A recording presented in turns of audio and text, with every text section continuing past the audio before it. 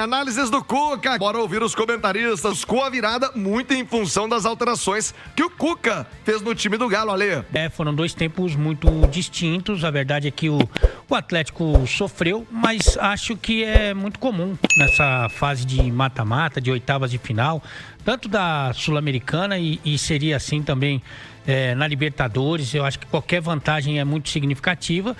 E, evidentemente, ficam alguns sinais, né? A gente falava aqui antes do jogo, né? No Rádio Esportes de ontem, da necessidade do Alexander ser titular desse time. Ah, não, mas ele não tá 100% fisicamente. Então, que ele comece o jogo e depois, quando ele sentir o desgaste, ele seja substituído. Mas porque ele faz muita diferença e já foi assim no jogo passado pelo Campeonato Brasileiro, foi assim no jogo de ontem. É um cara que é um titular absoluto. É um titular absoluto, queira o Cuca ou não, e ele está provando isso em campo, né? Então, acho que é importante esse recado que o Campo e Bola está dando para o treinador do Atlético, que foi muito Cuca, né? Embora eu discorde da escalação inicial, no segundo tempo ele foi muito Cuca, muito ousado, agressivo, corajoso, e é assim que o Cuca se tornou um dos principais treinadores do futebol brasileiro, o principal, inclusive do Atlético, e gostei de ver. Claro que não está nada resolvido, mas o Atlético deu um passo importante rumo à classificação às quartas de final. Das 3 substituições que o Cuca fez, eu acho que ele só teve ganho técnico do Alexander no menino. Porque o Scarpa é muito mais jogador que o Igor Gomes e eu acho o Rony mais jogador que o Biel. Apesar de todos os problemas do Rony, achar que ele sentiu essa questão que ele teve há 3 semanas, 4 semanas, sei lá, de ir à justiça e depois de voltar, essa coisa toda. Eu acho que a história do Igor Gomes no Atlético prova que ele rende mais quando ele entra no decorrer dos jogos. E eu acho que até ele mesmo, na resposta a você, ele justificou isso, né? Ele disse que ele tem a oportunidade de observar o jogo, de ver o desempenho do adversário, a maneira do adversário jogar e que fisicamente ele entra numa situação diferente dos adversários e até dos próprios companheiros, porque ele vem do banco, entra com o gás cheio. Então eu acho que, de certa forma, o próprio Igor Gomes, na resposta dele a você, ele justificou o fato de que ele entra. E existem jogadores realmente que têm essa leitura tática privilegiada, né? A gente tem vários aí, o Felipe Luiz é o treinador mais promissor, até outro dia mesmo ele jogava bola. O Thiago Silva, né, Ale?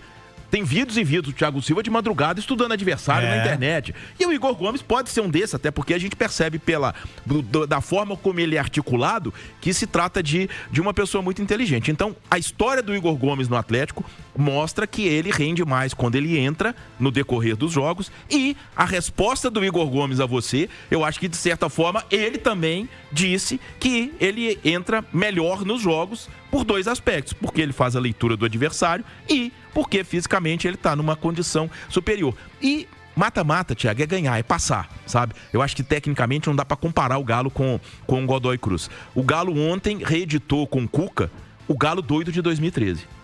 Né? O Galo de 2013 era muito isso, né? Essa loucura de Léo Silva na área, você lembra? Léo Silva virava centroavante, bola pingada na área, que é a coisa toda. Ele botou ponta de lateral, volante de zagueiro e foi pra cima e buscou o resultado. E eu acho que no mata-mata é isso. Pela diferença técnica, se o Atlético equilibrar a disputa lá na Argentina, eu acho que a tarefa do Godoy Cruz é muito difícil, até porque eu acho que será complicado o Atlético repetir o primeiro tempo que ele teve ontem na Arena MRV, no jogo lá de Mendonça, até pelo clima que o estádio terá. Só para corroborar com o que gostou? Sobre Igor Gomes? Não, o Igor Gomes é um outro assunto, não sei se eu vou falar, mas do equilíbrio, do mata-mata. Se você pegar os 8 jogos da Sula e os 8 jogos da Libertadores, só 3 equipes conseguiram fazer mais de um gol de diferença nesse primeiro jogo. Eu acho que fora de casa, na Sul-Americana, só um venceu. Que é o Fluminense. E na Libertadores, o Estudiantes e o Palmeiras. Exatamente. Mas só 3 equipes conseguiram vitórias com mais de um gol de diferença. Isso. Então isso mostra que é realmente um equilíbrio muito grande. Com relação ao Igor Gomes, já que você me provocou. Eu discordo de você também, Thiago Reis, com muito prazer, que é o que eu mais faço nessa vida. Por quê? Por quê? Eu não acho que o Igor Gomes entra bem no segundo tempo. Algumas pouquíssimas vezes ele rendeu no segundo tempo, mas de modo geral ele sempre entra mal. Tô com o Igor Gomes nessa. Joga o Saravia, a turma quer o Natanael. Joga o Natanael, a turma quer o Saravia. Saudade de todo mundo e ninguém resolve o problema. E Alexander. O Cuca me parece, eu falava isso, né? Eu acho que o Cuca tava gerindo ali o elenco. Menino, tu não tava mal, então deixa. Não dá mais, né? O jogo lá da Argentina é um jogo com a característica que se você coloca Muito. Franco, Menino, Alexander e Scarpa e bota Coelho e Hulk na frente, pô, você tem um time extremamente forte, um time extremamente técnico, porque a questão é a seguinte, Thiago, assim, eu não comparo o Alexander com o Menino do ponto de vista tático, o Alexander é muito mais jogador, né? Tecnicamente, ele é muito mais jogador, o Alexander é muito bola, mas o Menino, eu acho o Menino também muito bom jogador. Eu acho o Menino muito bom jogador e tem uma coisa que eu repito, ainda foi pouco explorada no Atlético. Ele tem uma bola parada muito boa, tá? E que aconteceu bastante no Palmeiras, o Alê sabe disso, né? A bola parada dele é muito boa. É que a concorrência dele no Galo é tem cruel. Scarpa e Hulk. Mas de toda forma, quando você tem um batedor destro e um canhoto na mesma bola, você cria um nível de dificuldade pra defesa que é muito grande, porque ninguém sabe quem vai bater a bola. Mas com relação, eu acho que já tem um titular, sim. O Saravia é titular. Eu acho que o Natanael tá num sentido... Mas todo mundo achava que ele ia ser titular e ontem veio de Natanael. Mas enfim, mas aí é questão do treinador, né? E eles estão... Ah, tá. Então você acha que o... Não, eu tenho certeza absoluta e acho que 99% da torcida do Atlético entende que o Natanael tem que ir pra casinha. Menos o Cuca. O Cuca, pelo jeito, não. Mas eles não estão gostando muito do Natanael e do Saravia porque eles não viram o Mariano, né? Como é que tá, né? Não, mas eu acho que o Natanael tá jogando muito por problema físico do Saravia, né? Pode ser. O Saravia acho que não tava nem no banco ontem, né?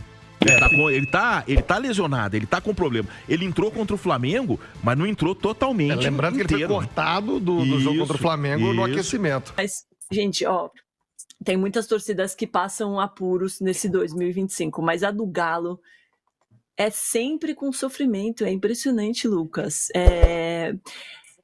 Saiu atrás, só conseguiu empatar no segundo tempo, quando o Cuca arrumou ali o time no intervalo, e só virou com o Santo Hulk aos 44 minutos. Ô Domi, o Fábio Santos, que conhece muito o Atlético Mineiro, foi preciso na transmissão. Antes mesmo do Galo virar, ele fala, o Cuca mexe no time, coloca zagueiro, tá sem volante, o Coelho lateral, e a torcida vai junto, é assim que o Galo gosta, invocou o Galo doido e dito e feito. O Fábio Santos, na transmissão da ESPN, chama de bagunça organizada do Cuca. E foi aquilo, foi a forma que o Cuca arranjou de virar, na marra mesmo. E abrindo mão do Bernard e do Júnior Santos, que vinham entrando muito mal. Hoje entrou Reinier, entrou Biel, deu uma oxigenada nesse time. E o final do jogo foi bem divertido, o primeiro tempo foi bem mal. Mas é aquilo, o torcedor do Atlético Mineiro gosta, né? O Galo doido foi invocado no final e tinha que ser do Hulk, não tem jeito. O cara faz gol sempre, impressionante. Mas precisava ter sido assim, Alice. A gente não tá falando, né? Estamos falando do Godoy Cruz. Domi, esse é um time que precisou eliminar o Atlético Bucaramanga nos pênaltis, né? Aliás, só tem um time brasileiro que não está passando vergonha na Sul-Americana, que é o Fluminense. O resto, todo mundo passou vergonha ao ser eliminado, e o Galo vai sobrevivendo, assim, aos trancos e barrancos. Conseguiu agora essa vitória, gente, pro Godoy Cruz, dentro da Arena MRV, não é que estava fora de casa, assim, dentro de casa, muito, né, aliás, um belo gol, né, com uma assistência de peito maravilhosa do Reinier, então, né, tem muita qualidade técnica dentro do Galo, mas o time é muito desorganizado, o time não tem meio campo, não tem, é muito difícil, e dá até dó de assistir, porque você vê esses jogadores de muita qualidade que não conseguem, né, não conseguem render coletivamente, falta ali, acho que assim, faltam peças, falta compor o elenco, né, recompor esse elenco, mas falta também a capacidade do Cuca conseguir alguma coisa que seja organizada de verdade, e que não precise do Hulk fazer gol olímpico, esse tipo de coisa para o time, né, conseguir fazer gol. Então, acho bem complicado, mas é isso, aos trancos e barrancos vai passando, conseguiu eliminar o Flamengo da Copa do Brasil, que isso tem um peso grande também né, pela competição e pela rivalidade entre os dois. Então, sim, mal ou menos, mas o Galo vai sobrevivendo. Eu já sei, Danilo, grava um vídeo falando para ele que ele tem que entrar no modo Galo doido no primeiro minuto do primeiro tempo. Mentirosos! Me enganaram de novo! Desculpa, por que você está assim? Tempo.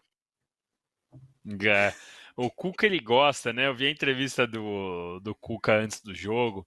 Aí ele, não, mas você tem que entender, o Atlético, só nós e mais 2 ou 3 equipes aí que estão jogando a frente tripla, né? Temos que entender a dificuldade que é. O Cuca gosta dessas coisas, né? Então, de valorizar, ele conseguiu fazer o Atlético Mineiro contratar mais jogador com o discurso da frente tripla. O Atlético Mineiro que enfrenta a dificuldade financeira, que vai precisar de aporte da sua SAF, dos seus donos, e ainda assim está no mercado. Uma bela estreia do Renier. O Renier que rodou a Europa atrás de um sucesso que não conseguiu. Saiu do Flamengo, a gente até esquece, mas ele saiu do Flamengo junto lá com o Vini Júnior por 40 e poucos milhões de euros também, 35, 45. Saiu junto. Era uma baita promessa e não vingou. Do jeito que tá, a gente também esquece que ele tem 22, 23 anos. Ele saiu, já parece que faz tanto tempo, mas ele é novinho e tá com uns 23 anos, até confirmei aqui, e tá conseguindo uma boa estreia. É um jogador interessante que se rendeu o que ele rendia no Flamengo. É um jogador que chamava a atenção, inclusive, da comissão técnica da seleção na época. Então, o Atlético Mineiro precisa encontrar um jogo, um jeito de jogar, precisa encontrar alguma identidade e parar de sofrer. Porque uma coisa é sofrer, sei lá, com o Palmeiras no Allianz Parque, com o Flamengo no Maracanã. Agora, outra coisa é sofrer com Godoy Cruz, Bucaramanga.